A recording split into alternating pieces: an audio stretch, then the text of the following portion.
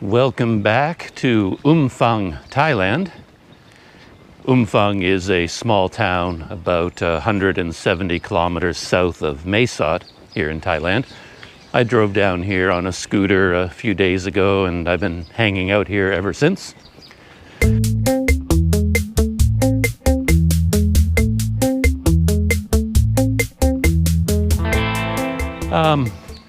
I'm not on my scooter just now because I'm heading to, at least I hope I'm heading to the Umphang Museum.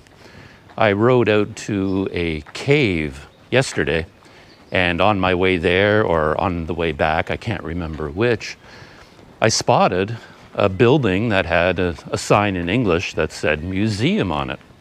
I hadn't heard anything about a museum here in Umphang.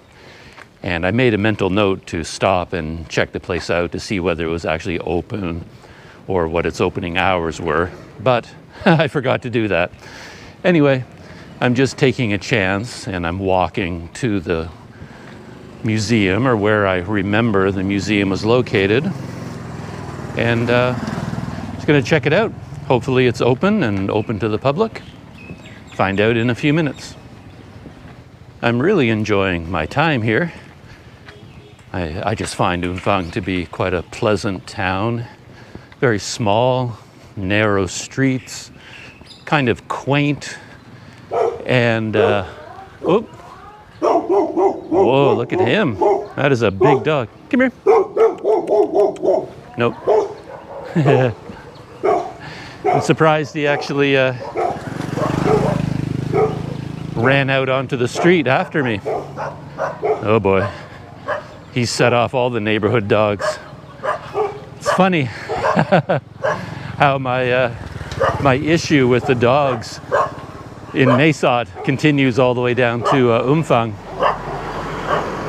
They sort of see me as a threatening figure, either because I look foreign or because I'm holding this GoPro, or a combination of the two. But anyway, every time I go out for a walk, the dogs don't seem to like me very much. I've already arrived at the museum, but it is not looking promising. There's the sign that I spotted. Funny thing is that in Thailand, I never really know what anything is because there aren't that many signs in English.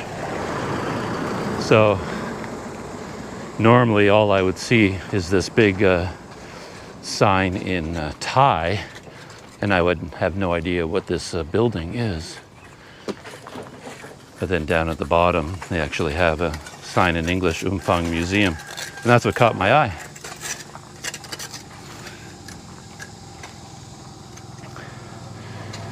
And I guess that is the museum there. But I don't see any open doors.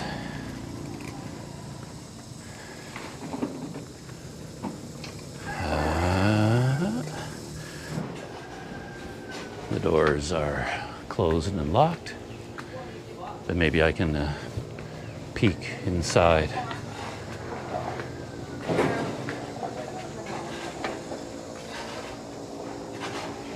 Okay. Just looking through the gap, but it does seem to be some kind of a museum about this area. It's unfortunate that it's closed. To be honest, looking at it, it looks like it's been closed for a very long time. It's not a question of it just being closed today because it's Saturday. Maybe it shut down during the pandemic because there are no tourists in town and they just kept the doors locked. I don't see any hours listed anywhere. But yeah, you can look through there and see it's all kind of a jumble and kind of falling apart.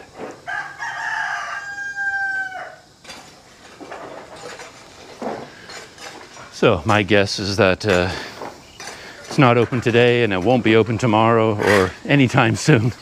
That's too bad. Ooh.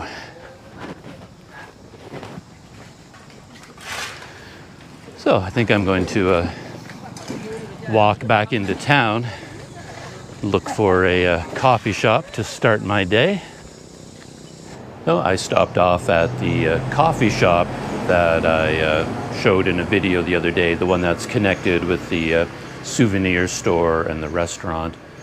I'll give you a quick look around. So here is the coffee shop. And they have a bunch of stools and tables out here in the open. And there's the street right there. And behind me is the souvenir store, and then the restaurant behind that. I broke with tradition and I did not get my usual iced cappuccino or iced latte. I went for a mango smoothie. Look at that. I just spotted some fresh mangoes sitting on the counter there, and I thought, yeah, that would be kind of nice for a drink, a break from my regular diet of coffee.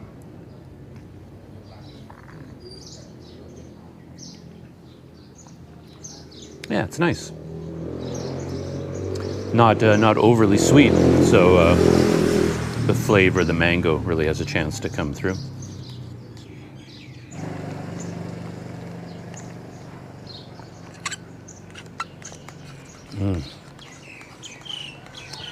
As for today, I think I'm going to hop on the scooter, drive a few kilometers outside of town, and there's some kind of a viewpoint out there. I don't really understand what it's all about, except I think most people go there for sunrise, because you climb up into the hills before the sun rises, and then you get, in the clear season, a nice view of the surrounding terrain with the sun coming up.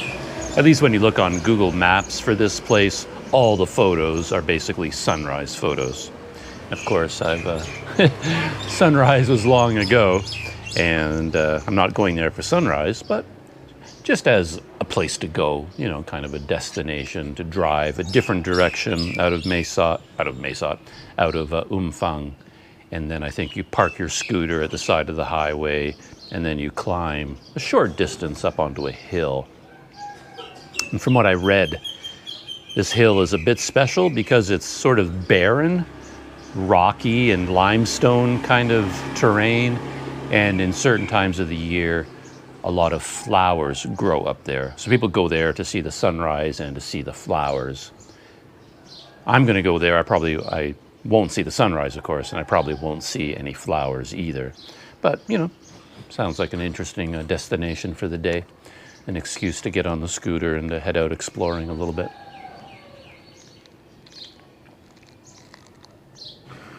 I just looked up the name of this place on Google Maps, and I don't know how to pronounce it. It's a Thai name, of course, but it's called Dua Hua Mod.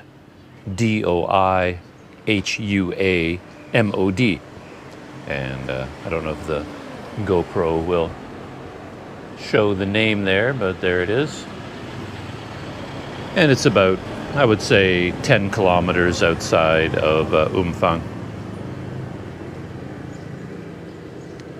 So that will be my next destination for today. Hop on the scooter for a little small adventure. Very small adventure. I mentioned the other day that I was having a lot of trouble with my GoPro. And this is my original GoPro, the one that I bought in Kuala Lumpur a couple of years ago.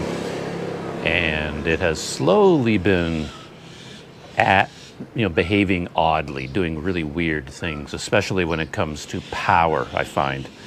And I noticed that the power button on the side was all jammed in, and the rubber seemed to be falling apart. And I'm using it right now. I just want to try it out again today just to see whether I can, eke a few more months out of it if possible. But turns out that the rubber all the way around the power button just completely rotted through. In fact, here's the rubber coating that goes over the power button. It just fell off. So now the GoPro is, not waterproof at all anymore because the rubber rotted through, and the power button on the side is completely exposed It's now just this tiny little metal circle, and you have to sort of push it in with a pen or something in order to power the GoPro on and off. So this GoPro might be on its last legs. I'm heading back to the guest house to pick up my scooter. Still using GoPro number 1, but I think I'll have to switch over to Armando. It's just not reliable anymore. It's not just a power issue. Every time I try to shoot a bit of video, it freezes when it tries to save the file, and the whole camera locks up. And then I have to remove the battery, put it back in, and then when it powers up again, it indicates that the file is corrupted. And it has to go through this long process of repairing the file. And yeah, it just happens every single time. So the GoPro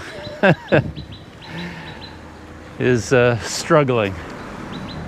It also registers the power level in the battery in a really erratic fashion, because I put in a brand new battery this morning, freshly charged, and then right from the beginning it indicated it had a 40% charge. And that seemed weird to me because I know it was at 100%. I took it out of the GoPro, kind of looked at it, and then put it back in, and then it registered 99% power. So, oh, okay, so that makes more sense. And then the next time the GoPro shut down and tried to repair one of those corrupted files, then it showed up as the battery having 2% power. And then the GoPro shut down because it said the battery was empty. But then when I pulled the battery out and put it back in, now it was at 40%. So it can't even keep track of battery levels anymore. So sad. Luckily, of course, I have Armando now, so I don't think I am a 2 GoPro operator anymore, because this one is not reliable. But I do have Armando, another GoPro Hero 7 Black, who will step up to the plate and become GoPro number 1.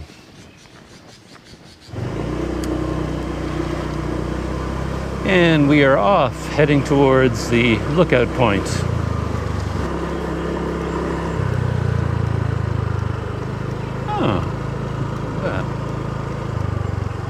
I just passed an interesting looking hotel set of bungalows, again, that I haven't seen listed anywhere. I just thought I'd take a quick look at them.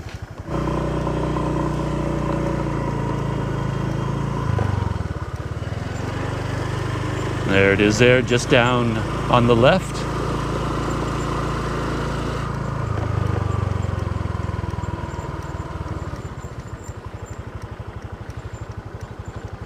Turn around and get a shot of the sign. Garden Huts is the name of this place.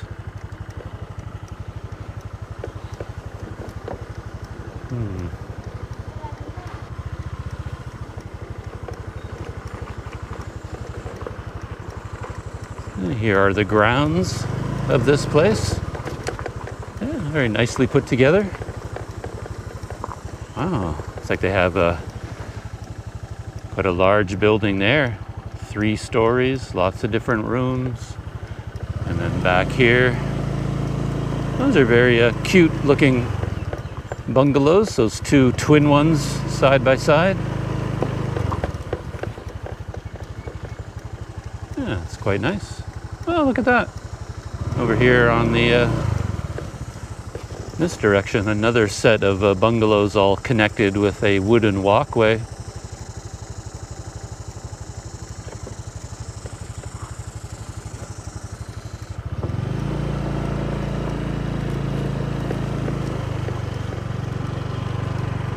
And they have a restaurant here. A lot of seating. Yeah, it looks very nice. Just leaving the garden huts, a woman showed me one of the cottages down there. I think it's their nicest one, has air conditioning and a beautiful balcony, a large like veranda that overlooks the river. So it has a very nice view.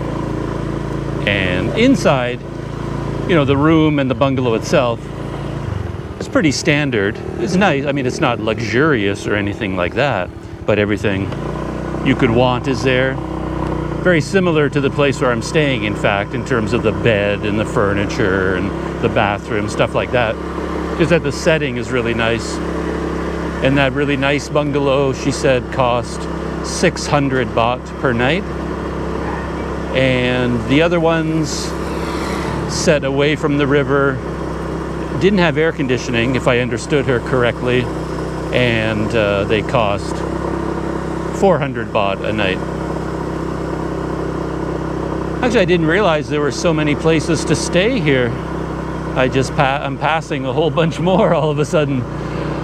I guess I've stumbled across the road where a lot of resorts and hotels are located. I haven't been out this way before.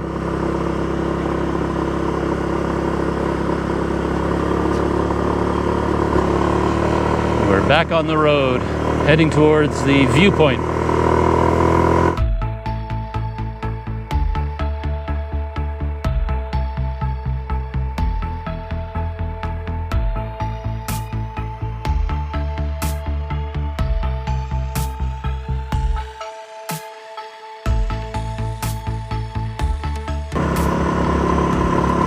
Wow, this road is doing some serious climbing.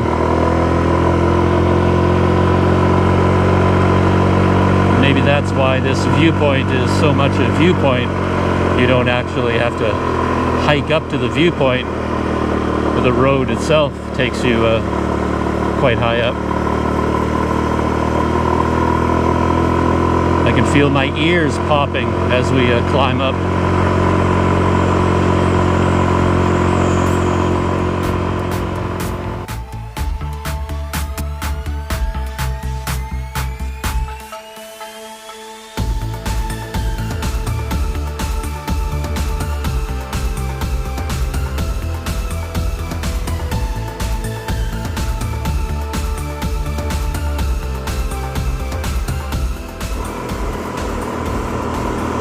I started wondering whether I still have a warranty for that GoPro.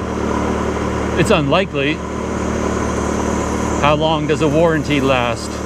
It feels like 2 years would be the limit of a warranty, and it makes you wonder whether my GoPro had kind of that planned obsolescence built in. Maybe it knew that we're at exactly 2 years and the warranty is over, so now it breaks down and falls apart just when the warranty gives up. But to be honest, I don't really even remember whether it even had a warranty, 1 year, 2 year, whatever. And I would probably have to go back to Malaysia for them to honor the warranty anyway. And as of yet, there is no chance of doing that.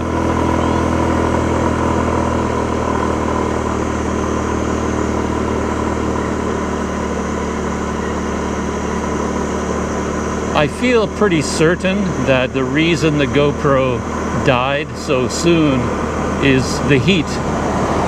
Just basically the heat of Malaysia, of Myanmar, Thailand. Because when I've been using it walking around, as I've noted in the past, it gets extremely hot. And the battery on the inside, it gets so hot that you can't even touch it. You have to wait for it to cool down before you can even handle the battery. And the GoPros really aren't designed for that kind of heat.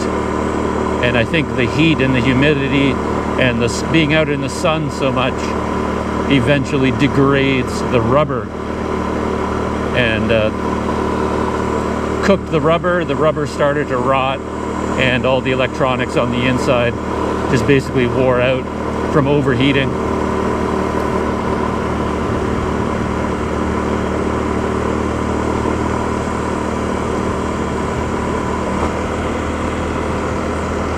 I have no idea if there are any signs marking this viewpoint. or if there's a path heading up to the top. I have no idea what this place looks like.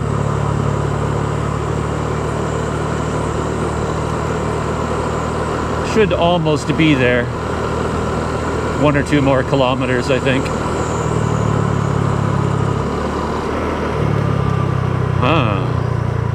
There's definitely some kind of a limestone peak off to my left.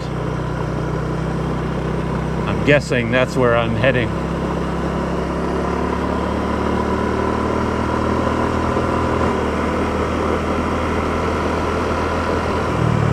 I've noticed a whole bunch of those signs. Well, not a whole bunch, but I've seen a couple showing the dangers of animals crossing the road, fire, and falling trees. And at least on this road, the falling trees is a very real danger, because I've scootered past quite large hunks of wood and branches alongside the edge of the road. So you have to keep an eye open for large hunks of wood on the road. There's a bit of shade right here. Pull over and check Google Maps.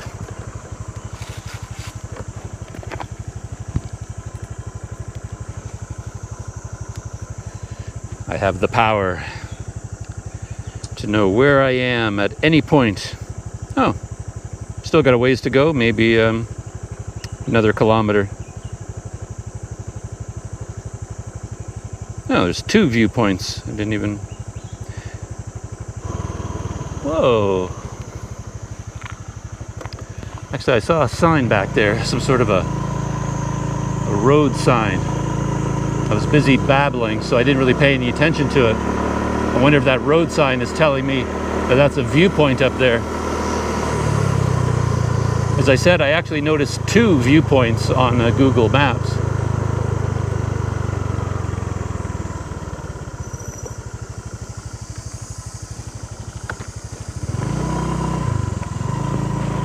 Okay, so it is a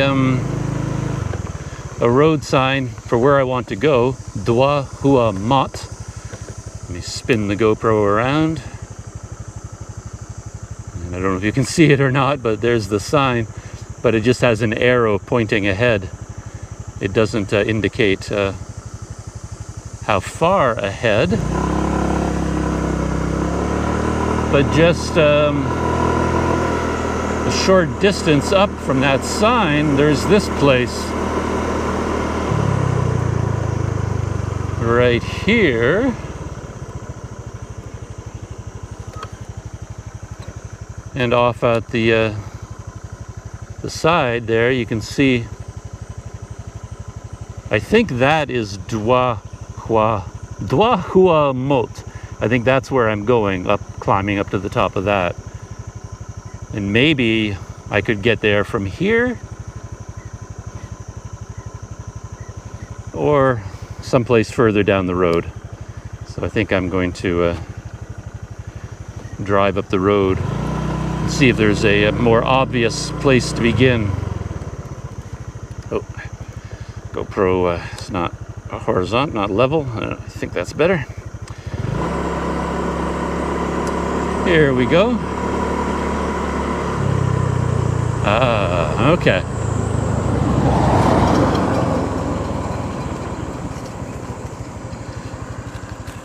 Dwa Hua Mot. Dwa Hua Mot and Palata Village.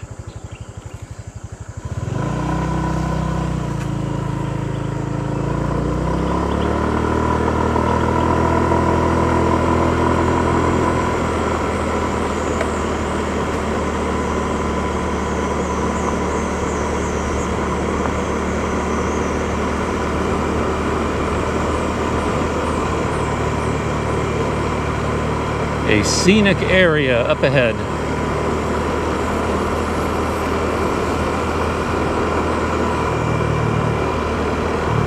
I have to say that I very much appreciate these signs.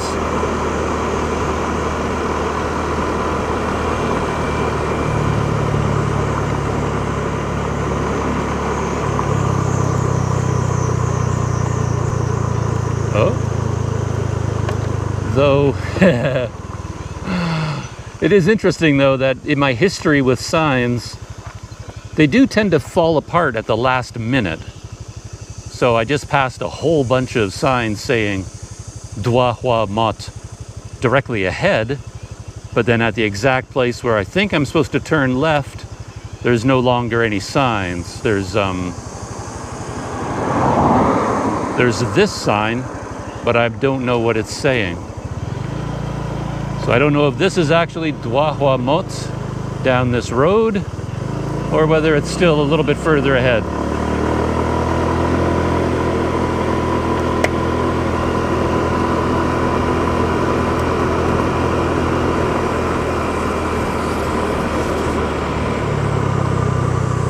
I've often thought that if I had stumbled into a career as a public information system tester, I could really have been successful, and I probably could have enjoyed it. Whoa. Don't know what that was. But you see all this wood, bits of wood on the road? I think I might have run over a branch.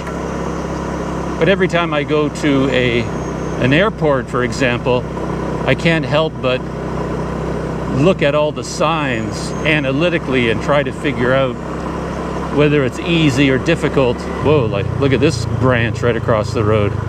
You wouldn't want to hit that at high speed. But I'm always judging the signs in airports and trying to figure out whether they work or not and how they can be improved.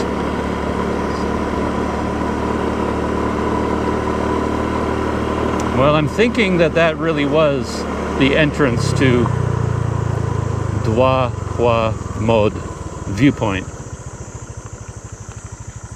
Okay. This place off to my right over there is a forest ranger station for the Umphang wildlife sanctuary.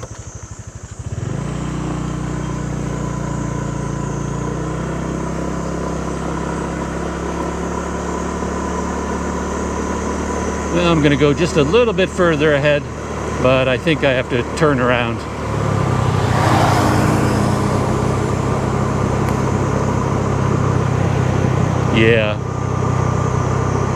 Yeah, that was my turn off.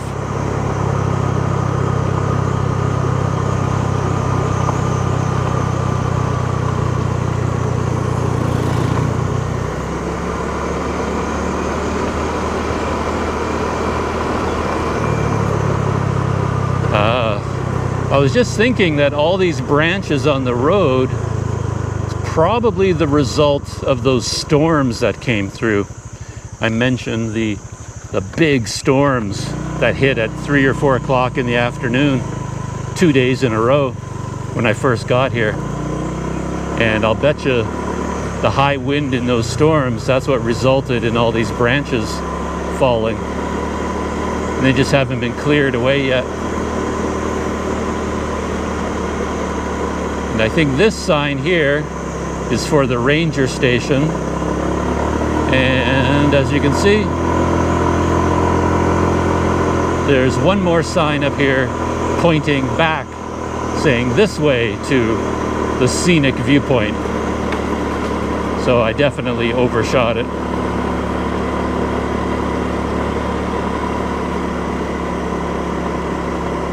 Man, a lot of tree branches came down during those storms.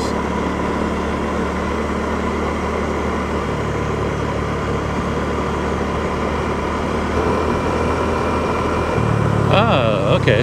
Look at that. This one has a sign with an arrow pointing to the right. Okay. Whoa. Look at this tree that fell over. Someone already cut through it and moved most of it. So here I am busy praising all the signage, but in order to be perfect, they would need one more sign right here to tell you that this is exactly where you're supposed to go.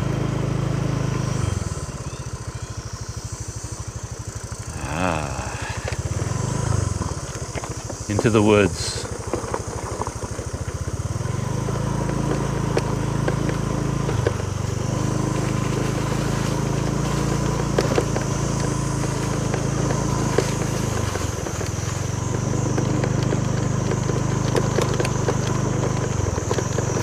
I wonder if this is what the road to the waterfall is like. It was difficult to get accurate information about that waterfall, but from everything I read, the 25 or 30 kilometer road, access road, is a very rough one, and you wouldn't be able to go down it by scooter. You would only be able to do it with a 4x4.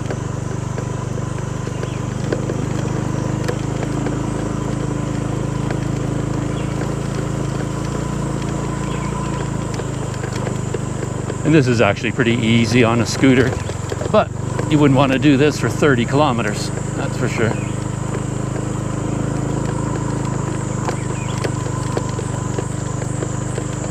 And we got some cement pavement.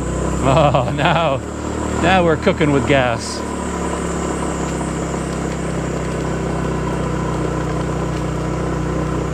I can feel it in my bones. Another very pleasant day in Umphang.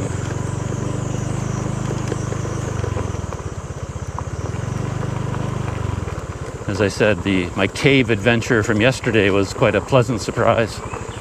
And maybe this lookout point will be an equally pleasing small adventure.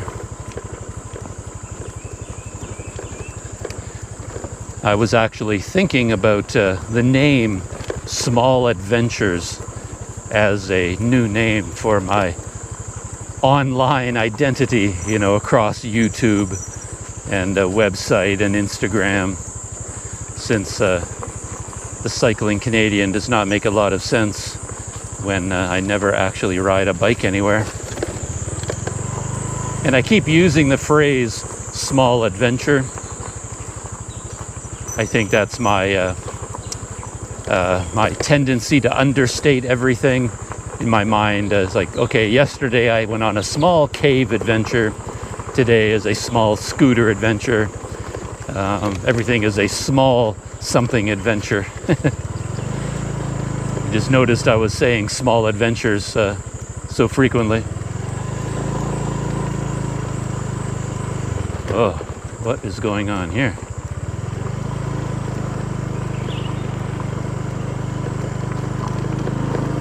Oh, I've got some company up here.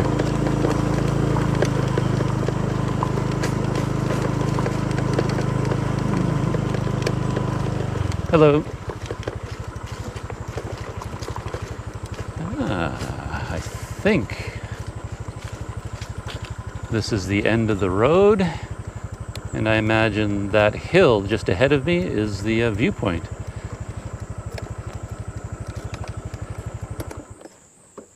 And you can't get any more convenient than that.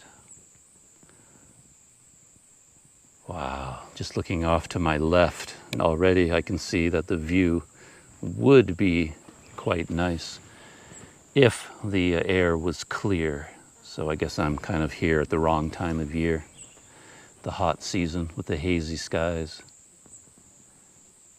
I'll bet it was a lot nicer a couple of months ago. Here we are at the viewpoint. Ooh, the bugs here seem to think I'm very tasty. They're all over my arms and around my face at the moment. Nice up here. Actually, now I can see the appeal as a kind of a sunrise viewing point because it's so easy to get to. A couple of times in my life, I got talked into doing the whole sunrise experience. I remember a long time ago in Sumatra, somewhere near, what's the name of that big popular city on Java? I can't think of the name of it, but anyway, there's a volcano there. And the thing that tourists do in this area is to wake up at 3 a.m. and hike up to the top of this volcano to be there in time for the sunrise. And I'm not usually one to do that. I never quite see the point, but I got talked into it, so I did. I woke up at the 3 a.m. or whatever time it was and hiked in the dark all the way to the top of this volcano to see the sunrise. And of course, that morning the sun came up and the whole day was just overcast and you never really saw anything anyway. Still, I mean, the experience was amazing just to see a volcano, but I didn't need to go to see the volcano at sunrise. I could have slept in for a little while. But this place is different because there's not like a 3-hour climb to get to the top. You could drive and be here in 15 minutes from Umphang, and then you get this view. Probably does not look like much on the GoPro from here, but I think if the air was clear, this would look very pleasant. And there's Umphang over there on the left. We're basically looking down into the Umphang River Valley. And I guess the main viewpoint is actually up there. And judging by some of the bottles around here, I think this is a place for local young people to come from time to time and just hang out and have a cold beer at the end of the day.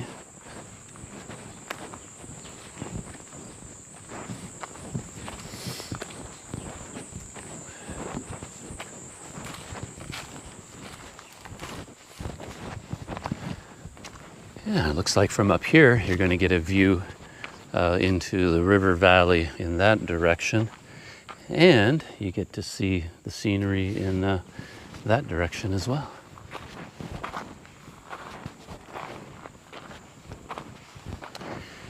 I wonder if the skies would be much clearer first thing in the morning. Whether for that reason alone it would be worth it to come up here tomorrow morning. Because it's not like I'm not awake. That's the weird thing. I mean, I was awake and up and moving way before sunrise this morning anyway. Waking up early is not the hardship. That's normal for me. But it's just making a big effort to go see a sunrise, which I don't tend to do that often. Nice. This is actually very nice up here. Much nicer than I expected. Huh. All right, I get the appeal. I really do. This is a nice viewpoint. Well worth the effort of coming here. And if the sky was clear, it would be very nice. Look at that. Huh. Umphang is full of surprises.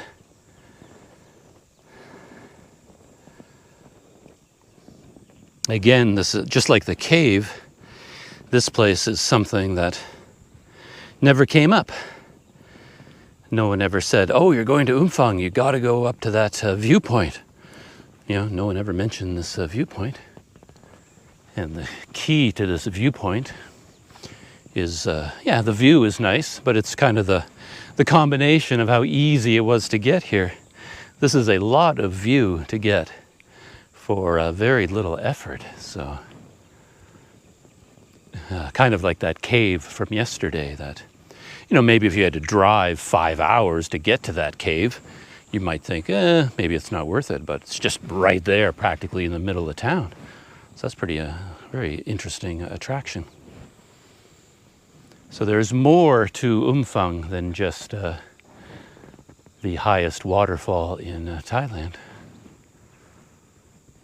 There seems to be a bit of a trail heading down in this direction. I don't know what might be down there, but let's go take a look. Oh, here's the trail that I just mentioned.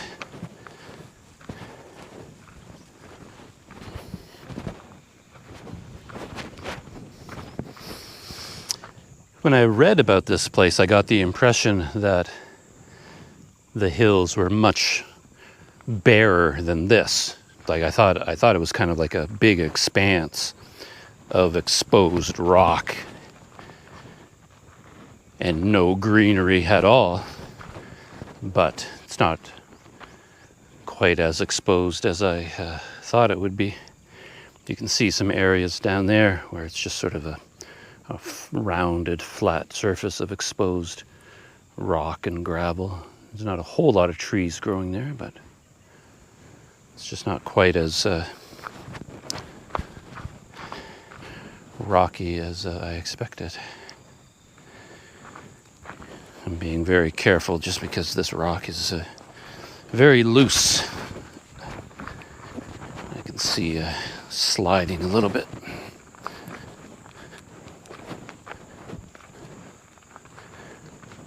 Maybe this wasn't a trail at all.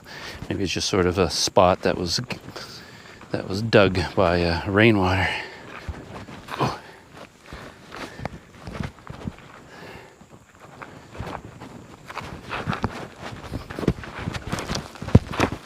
It's quite steep, as you've probably gathered. All right.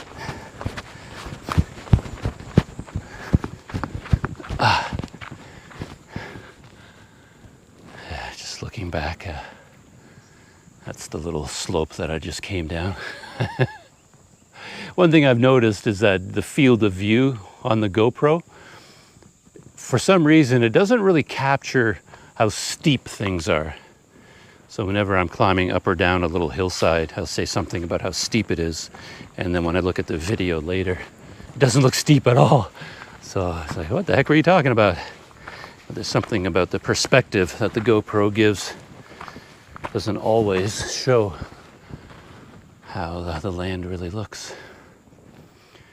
But just this setting right here is really kind of cool. The rocks, black. Seems almost like volcanic rock to me. And has kind of a desert feeling up here. These branches kind of feel like something that thrives in a very hot and dry environment. But I don't know, would you call this limestone? And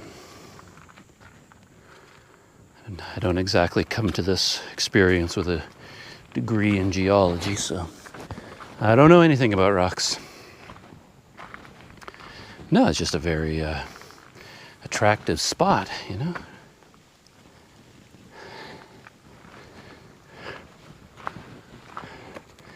And there's the official viewpoint up top there.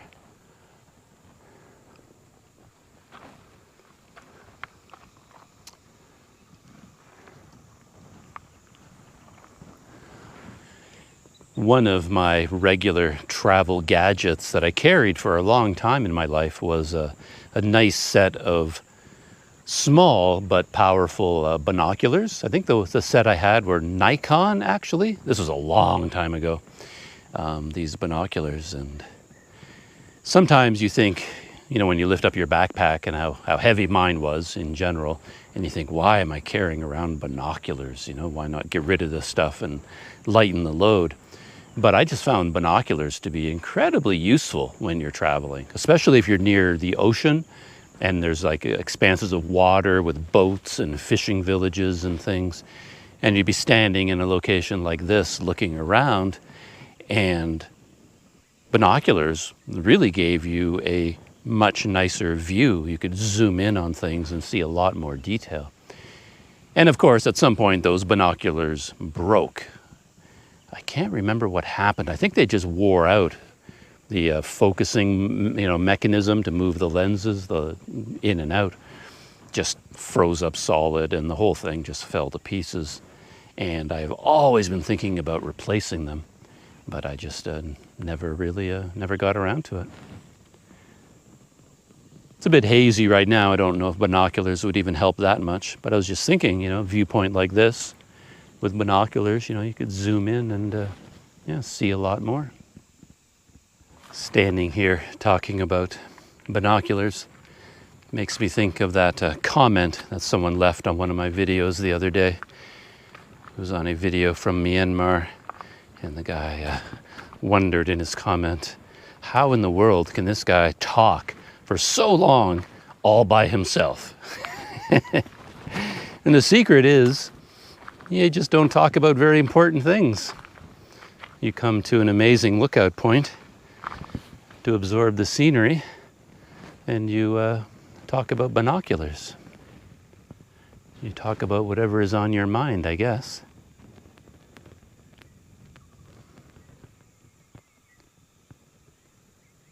Nice. I wonder whether the air would be clearer up here. In the morning, I mean, like at the crack of dawn. As I said, I don't care that much whether I see a sunrise or not, but I can see this being a very nice place to sit. Maybe if I had a thermos, I could make this my coffee of the morning destination. Just bring up a hot thermos of coffee and get up here when it's still dark and enjoy my coffee as the sun comes up. Could be a coffee commercial for a Nescafe.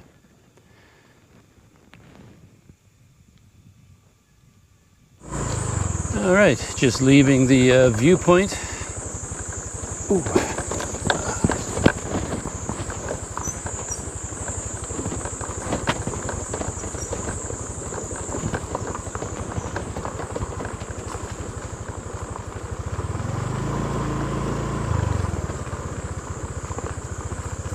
It's quite a nice, quiet, peaceful road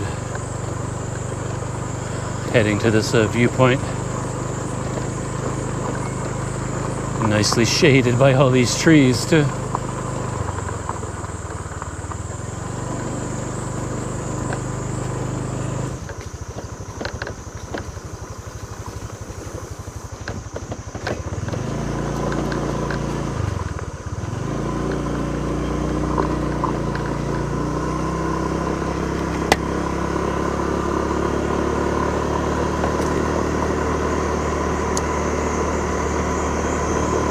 Back on the road, and I was just thinking that this is probably the perfect time to find out what boat noodles are.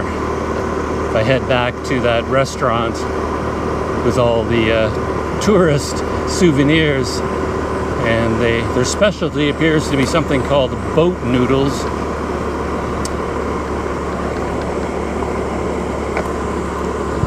So we'll see whether boat noodles are on the menu for today.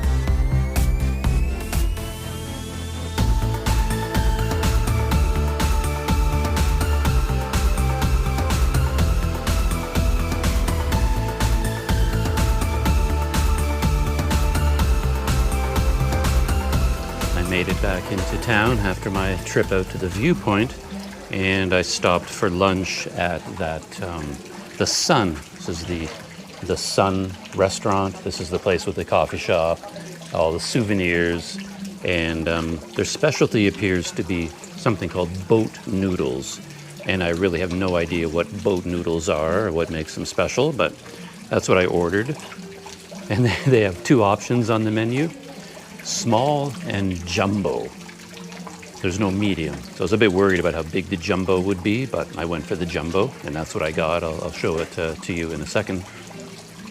And I guess you can choose between pork and beef, and then you can choose between a whole bunch of different types of noodles: rice vermicelli, rice sticky noodles, wide stick noodles, egg noodles. And when I ordered, I really didn't know whether I had to choose noodles or not, so I just sort of left that blank, and I got something. I have no idea what kind of noodles I got. I just wanted standard noodles, I guess. And I'm really hungry, so I also ordered kind of a standard steamed rice with pork and an omelet or something like that. So I think the noodles and the steamed rice will be quite good. So here are the boat noodles. Right there. And this is the jumbo, which to me looks just like a regular portion. There's nothing jumbo about it. And it comes with some side veggies, which maybe you throw in there or maybe you just eat separately. I don't know. This is the setting, by the way. Quite nice in here. What's really nice is when I came into the restaurant, there were actually some other people here. You can see two groups of people sitting at tables there, and there was another group behind me, and then there's one more around the corner. So I didn't feel like I was all by myself in the restaurant. So this is like the first time in a long time. I feel like I'm, thank you, not, sometimes when the restaurants here are completely empty, I'm reluctant to go in because I feel like I'm bothering them. You know, I'm their only customer. But now it feels very normal to come in here, sit down. And my omelet and rice just arrived. So there it is there. Oh, I thought it would come with some aside of pork or something, but maybe I read the menu wrong. Anyway, there is my lunch. And I'm sitting right beside the fish pond, which is kind of nice. I forgot that I had my GoPro set to super view when I was on the scooter, so that last little section might have been weirdly distorted. But anyway, I want to see what this broth tastes like on this the boat noodles. Wow.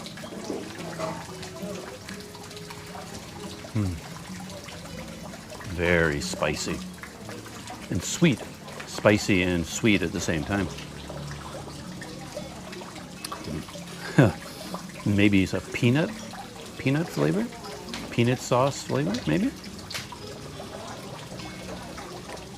As always, I'm just awful with the flavors.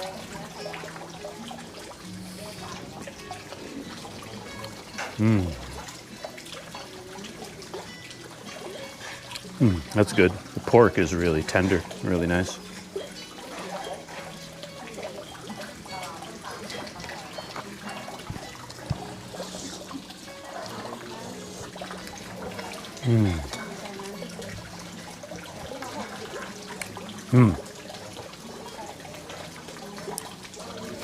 Definitely gets my stamp of approval. I still don't know what boat noodles are exactly.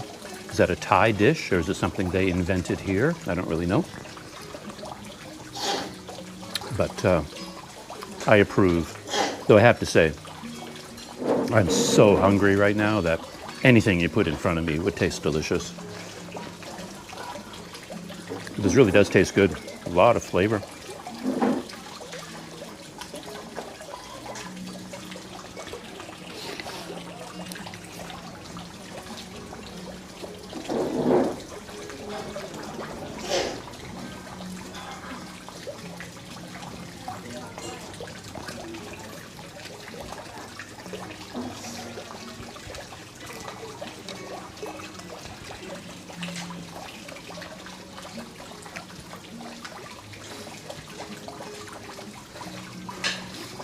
Trying some of the omelet.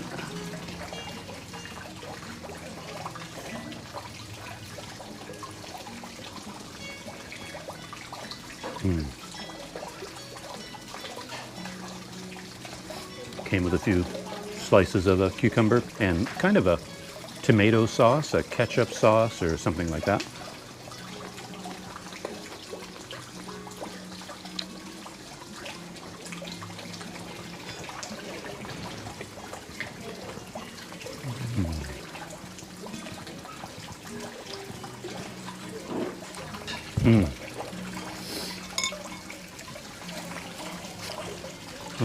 I think that is about it as far as introducing my meal is concerned.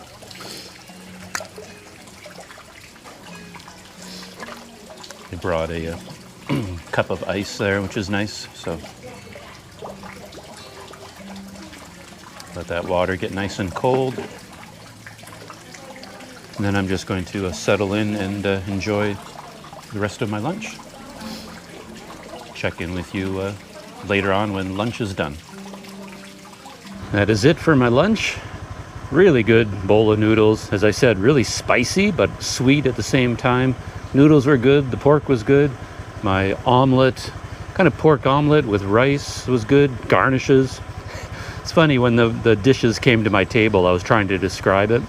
And as usual, I couldn't think of the right words.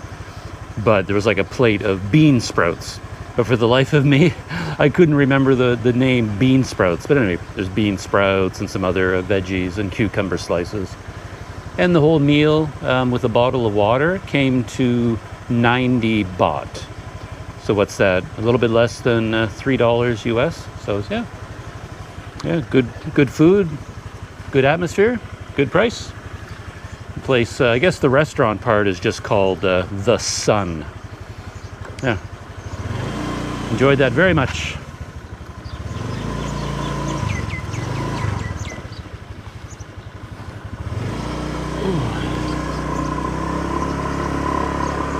And now it's time to get some gas, fill up the tank on this scooter. It isn't quite time to go back to Mesod yet, but just thinking ahead. Might as well fill up the gas tank when I have a chance.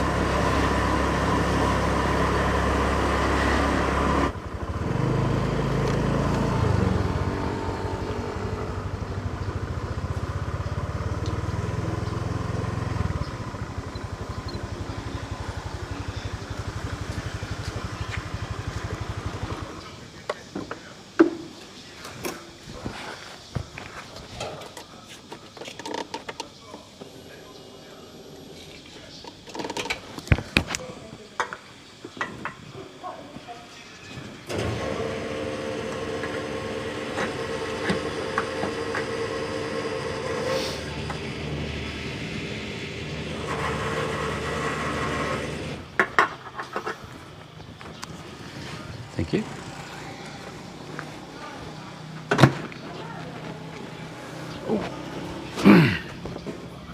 Very simple and fast errand that came to 90 baht and 3 liters to fill up the tank.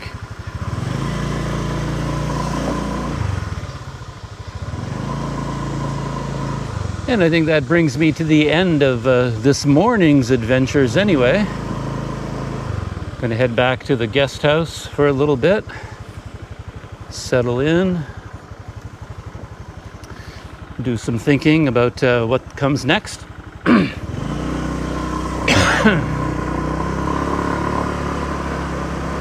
And whatever comes next, I guess that will all happen in the next video. And so, going to shut down the GoPro for now. GoPro Armando. My last remaining working GoPro.